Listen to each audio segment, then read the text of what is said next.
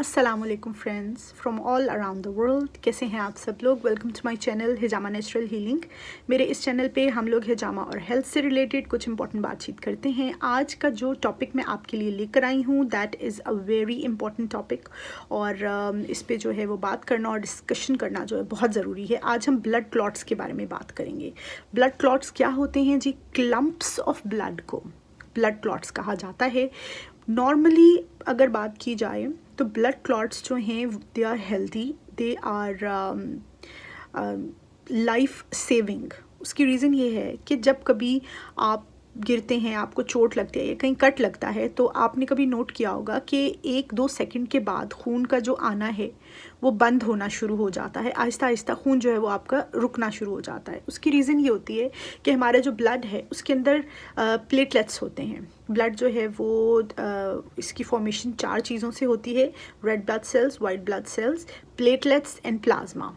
तो हमारी बॉडी में जो प्लेटलेट्स होते हैं, ये जो प्लेटलेट्स हैं, जब हमें चोट लगती है या हमें कट लगता है और हमारा खून बह रहा होता है, तो हमारा जो माइंड है वो जो हमारे ब्लड के अंदर प्लेटलेट्स होते हैं उनको मैसेज थ्रो करता है कि यहाँ पर खून जो है वो बह रहा है। तो फ़ौरन से आपके प्लेटलेट्स आकर एक तरह की दीवार बना देते हैं, प्लग इन कर देते हैं अपने जो एक दूसरे के साथ जो प्लेटलेट्स हैं उनको, जिसकी वजह से एक दीवार सी बन जाती है और आपका खून जो है वो आना जो है वो बंद हो जाता है, जो कि बहुत ही अच्छी बात है।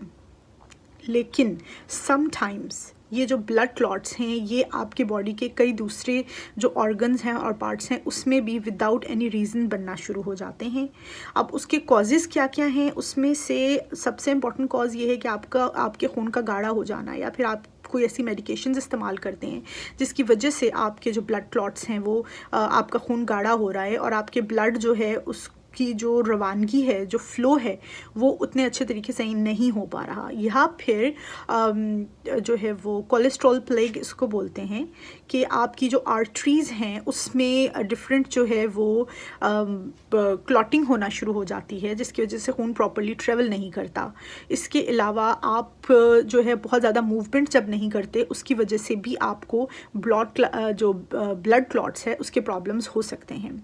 अब इसके रिस्क फैक्टर्स कौन कौन से हैं? रिस्क फैक्टर्स में सबसे ये है कि if your age is more than 60 या 65 तो ब्लड क्लॉट के प्रॉब्लम आपको हो सकते हैं। If you are having a history of blood clotting disorder तब आपको ये वाला मसला हो सकता है, या फिर आपकी कोई जॉब ऐसी है या फिर आपका कोई सिचुएशन इस तरह की है कि आपको ज़्यादा देर बैठना पड़ता है, उसकी वजह से भी आपको जो है ये वाला प्रॉब्लम हो सकता है। प्रेग्नेंट लेडीज़ भी इस प्रॉब्लम से जो है वो होती हैं, क्योंकि मोस्टली समटाइम्स 20% लेडीज़ को प्रेगनेंसी के दौरान, क्योंकि आप ज़्यादातर बैठे रहते हैं, उससे आपको ब्लड क्लॉटिंग की प्रॉब्लम होती है। जो लोग ज़्यादा ओबीस होते हैं या जिनका वेट थोड़ा ज़्यादा होता है, इसका प्रॉब्लम उनको हो सकता है। स्मोकर्स जो हैं उनका ब्लड बहुत ज़्यादा गाढ़ा होता है, जिसकी वजह से उनको ब्लड क्लॉटिंग की प्रॉब्लम हो सकती है। Sometimes you have such health conditions जिसमें डायबिटीज़ है या हार्ट के प्रॉब्लम्स हैं या फिर वेरिकस वेन्स के प्रॉब्लम्स हैं, तो उसमें भी आपको जो है वो ब्लड क्लॉटिंग के प्रॉब्लम्स हो सकते हैं। या फिर अगर कोई मस्कुलर इंजरी है या कोई ऐसी ट्रॉमेटिक सिचुएशन, खुदा न खास्ता कोई एक्सीडेंट हो गया है, उसमें भी ब्लड क्लॉटिंग के प्रॉब्लम्स हो सकते हैं।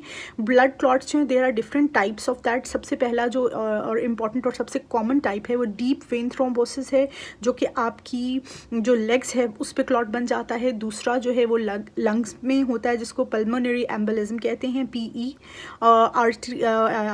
आर्टीरियल क्लॉट भी होता है। इसके अलावा आपके ब्रेन के अंदर भी एक जो है वो जब ब्लड क्लॉट बन जाता है उसको cerebral Venus sinus thrombosis CVST कहा जाता है।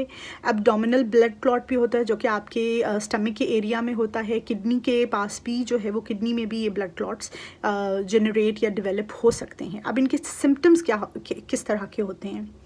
सबसे बड़ा प्रॉब्लम और इशू है ही ये कि ब्लड क्लॉट के सिम्टम्स जो हैं they are similar to the symptoms of other common diseases. इसीलिए जब ये वाले सिम्टम्स आपको फील हो रहे होते हैं तो आपको लग नहीं रहा होता कि आपको ये वाला प्रॉब्लम है, क्योंकि हमें लग रहा होता है शायद कुछ और मसला है।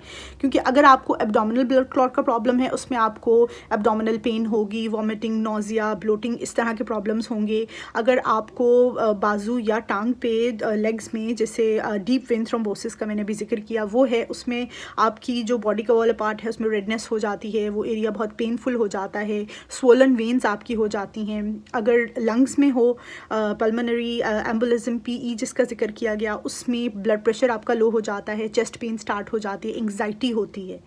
और अगर ये किडनी में हो तो फिर आपके जो है वो हिप्स के पेन स्टार्ट हो जाते हैं, फीवर आपको होना शुरू हो जाता है, लोअर बैक पेन की प्रॉब्लम होना शुरू हो जाती है। इसी तरह से जो ये वाले सारे प्रॉब्लम्स हैं, क्योंकि they are related, they are kind of a similar to other problems, तो इसको डायग्नोज करना जो है वो थोड़ा सा ज़रा ट्रिकी हो जाता है। अब आप how do you prevent your self from the blood from being clotted?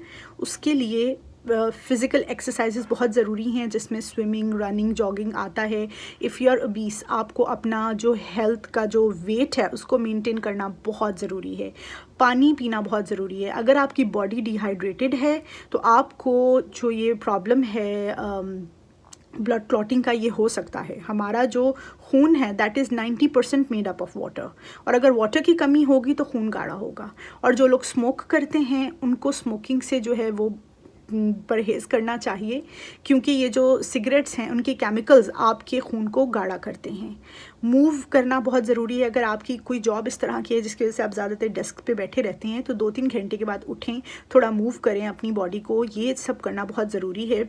और अगर आप लेडी हैं, कोई प्रेग्नेंट हैं, तो आपको अपने डॉक्टर के पास जाना बहुत ज़रूरी है। अपने डॉक्टर से सारी जो है डिस्कशन करना, that is very important. If you reduce few stress, अगर आप किसी भी किस्म के स्ट्रेस में हैं, उसकी वजह से भी ब्लड क्लॉटिंग का प्रॉब्लम होता है।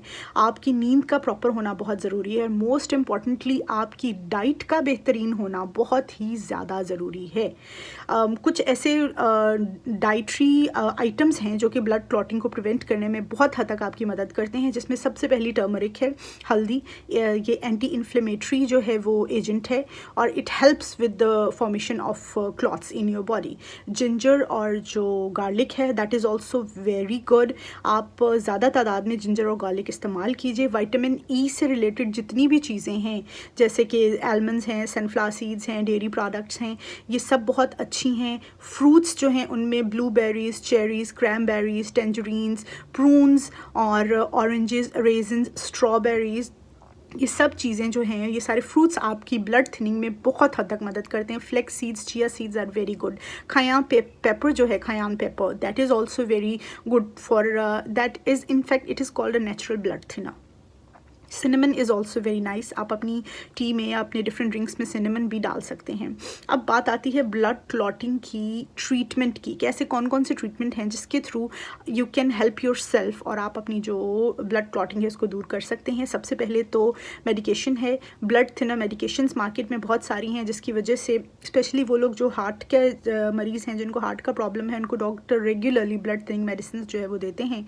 इसके अलावा अगर आपको टांगों पे ब्लड क्लॉट्स का प्रॉब्लम है तो कंप्रेशन स्टॉकिंग्स जो हैं वो ड्रग मार्ट्स डिफरेंट जो हैं उनसे मिलती हैं, उनसे भी बहुत हद तक फ़र्क पड़ता है। आप अपने डॉक्टर के पास जाइए, उनसे मशवरा कीजिए। तो कुछ ऐसे लोग हैं जो कि सर्जरी डॉक्टर जिनको सजेस्ट करते हैं उनको भी जो है वो करनी पड़ जाती है अपनी जो ब्लड क्लॉटिंग है उसको रिमूव करने के लिए। लेकिन हिजामा cupping therapy is one of the best option for the thinning of blood, क्योंकि हिजामा कपिंग थेरेपी को नेचुरल ब्लड थिनर कहा जाता है। जब कप आपकी स्किन के ऊपर अप्लाई किया जाता है, उससे क्या होता है कि आपकी स्किन के नीचे जो वेन्स और आर्टरीज़ हैं उसमें ब्लड सर्कुलेशन जो है उसका फ़्लो बहुत तेज़ हो जाता है, और जब उसका फ़्लो तेज़ होता है तो क्लॉट्स वगैरह जो हैं वो मूव होना शुरू होते हैं, और जो बैड ब्लड है, स्टेगनेटेड ब्लड है, because of the wet cupping therapy it comes out.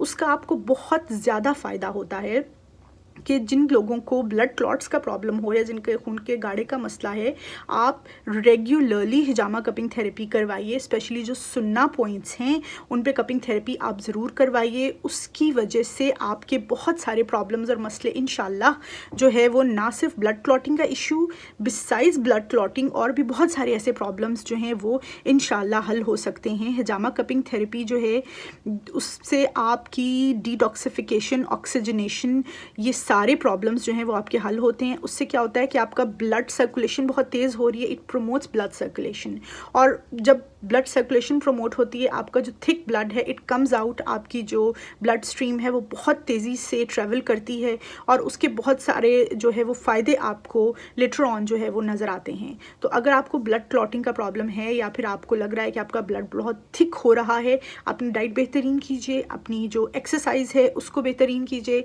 Hydration अपनी बॉडी की बहुत ज़्यादा इंपॉर्टेंट है, और मोस्ट इम्पॉर्टेंटली हिजामा कपिंग थेरेपी अगर आप 3-4 महीने रेगुलरली करवाएंगे तो आप देखेंगे कि आपके बहुत सारे प्रॉब्लम्स जो हैं वो इंशाल्लाह अल्लाह के हुक्म से रिजॉल्व भी हो जाएंगे।